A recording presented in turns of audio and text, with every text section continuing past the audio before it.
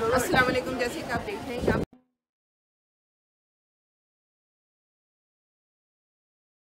मेरी मुलाकात उससे मीना कैफ में हुई और उसने बताया कि मैं आपकी बहुत बड़ी फ़ैन हूँ। She loves me a lot. Next day हम लोग अभी ज़ोहर की नमाज़ की तैयारी कर रहे थे कि एकदम शोर उठा। हमने देखा तो वही बच्ची ज़मीन पर एकदम गिर पड़ी और उसकी आंखें स्टिल हो गईं। तो मैं ज़्यादा वीडियो नहीं बना सकी। Hospital were very close, very nearby.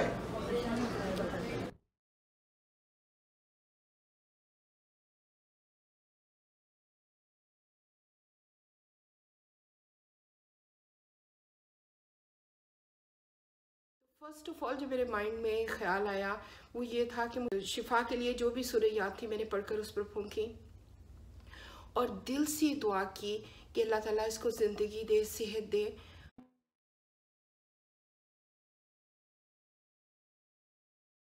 और उसकी आंखें बिल्कुल स्टिल थी, वर्क नहीं कर रही थी और सांस भी आहिस्ता आहिस्ता कम हो रही थी और रुकती जा रही थी।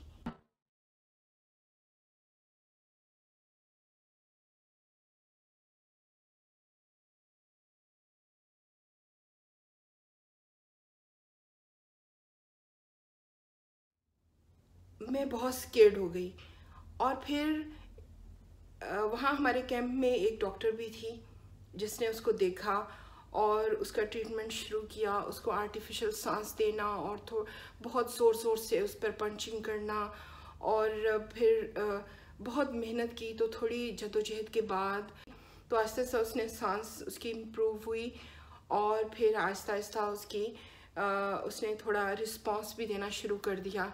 तो फिर हमारी जान में जान आई और फिर उसको हॉस्पिटल एम्बुलेंस में मुंतकिल कर दिया गया। तो थोड़ा इनको डायरिया भी था तो उसकी वजह से डिहाइड्रेशन बहुत बढ़ गई इनकी। कि मोस्टली वहाँ ख़वातीन हार्मोनल पिल्स पर होती हैं ताकि वो सुकून के साथ हज अदा कर सकें और उसमें ये प्रिकॉशंस होती हैं कि ज़्यादा हाई टेम्परेचर पर गर्मी में नहीं रहना है इन पिल्स के साथ और उनको बाहर धूप में खड़ा होना पड़ता है। तो ऑब्वियसली उसके बैड इफ़ेक्ट्स उनकी बॉडी पर आते हैं।